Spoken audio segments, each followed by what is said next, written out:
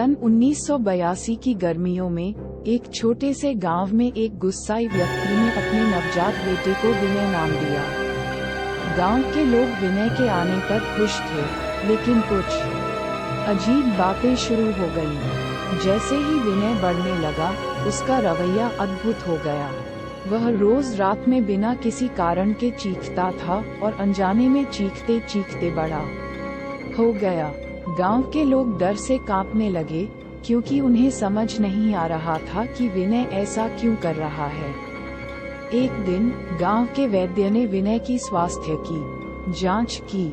उसने उनके माता पिता को बताया कि विनय को एक अजीब बीमारी है, जिसका नाम डेमोनिक अस्तित्व सिंड्रोम है। इस बीमारी में व्यक्ति के शरीर में दुष्प्रभावी भूतों की ताकत होती है, जो उसके आपके नियंत्रण से बाहर होती है।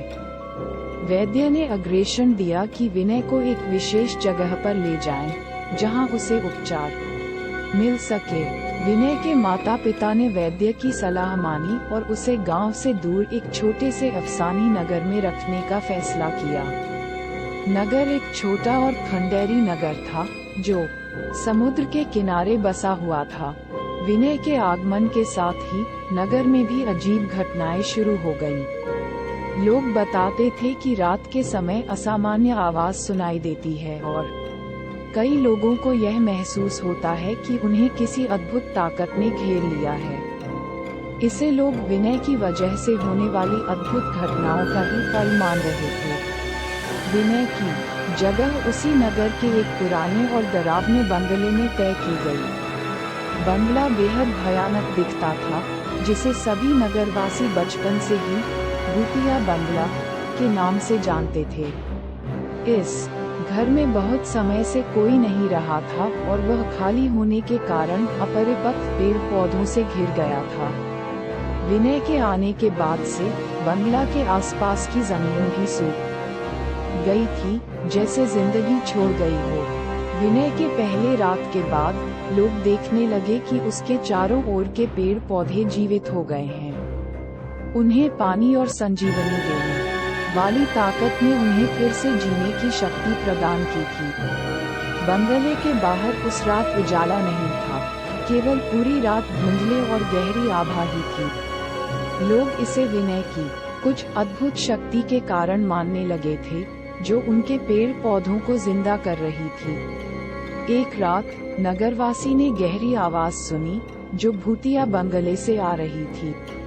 वे बंगले की ओर दौड़ पड़े, जहां से आवाज आ रही थी। उन्होंने देखा कि बंगले के एक कमरे का दरवाजा खुला है और उसके अंदर से अंधकारी आवाज सुनाई दे रही थी। सबने डर कर रुक गए, लेकिन एक नगरवासी ने अपनी साहसिकता दिखाई और उस कमरे के अंदर दाखिल हुआ। जब वह अंदर गया तो उसे चकनाचूर हो जाने वाली दृश्य दिखाई दी। कमरे के अंदर दीवार पर खून से लिखी गई थी, विनय, तू मेरी मौत का कारण है। उस व्यक्ति ने बहुत संत्रस्त होकर बाहर आने की कोशिश की, लेकिन बंगले का दरवाजा खुद बंद हो गया। वह दरवाजे की तरफ फर्श पर गिर पड़ा और वहां मर गया। उस घटना के बाद से नगरवासियों के दिल में भयानक डर घर बना रहा था। उन्होंने समझा कि भूतिया बंगला विनय के कारण उठे हुए भूतों का आवास है और उन्होंने उसे छोड़ने के लिए अपने नगर से बाहर जाने का निर्णय लिया। लोग अपनी दोनों आंखें बंद करके अपने घरों से निकल गए और बंगले को छोड़ने के बाद वहीं एक अलग जगह पर रहने लगे। कुछ ही दिनों के बाद विनय और उसके परिवार को भी नगर छोड़ना पड़ा। उन्होंने अपने सामान समेट लिया और गाड़ी में बैठकर नगर की तरफ चले गए। जब उन्होंने बंगले को पीछे छोड़ा तो एक गंभीर आवाज आई, विनय, तू मेरे पास लौटेगा। उस दिन से विनय और उसके परिवार ने अज्ञात रास्ते पर एक दुर्घटनाग्रस्ती की बात सुनी। विनय के बाद वापसी पर बंगले का दरवाजा खुद बंद हो गया और वहां से अभी तक कोई नहीं बाहर निकल पाया है। लोग कहते हैं कि रात के समय भूतिया बंगला से आवाजें सुनाई देती हैं और उसकी छत से अजगर की तरह धार सूख रही है। विनय के बारे में आज तक कोई नहीं जानता कि वह कहाँ चला गया है और क्या हुआ है। ये कहानी बचपन के एक नगर के वासियों की है, जिन्हें विनय ने अपनी अद्भुत और भयानक शक्ति से परेशान किया। ये दिखाती है कि कभी कभी हमारे जीवन में अज्ञात और भयानक चीजों का सामना हो सकता है, जो हमें अनियंत्रित करके अज्ञात राह पर ले जा सकती हैं। इसलिए हमेशा सतर्क रहना और ऐसे चीजों से दूर रहने का प्रयास करना चाहिए, जो हमारे जीवन में खतरा पैदा कर सकती हैं।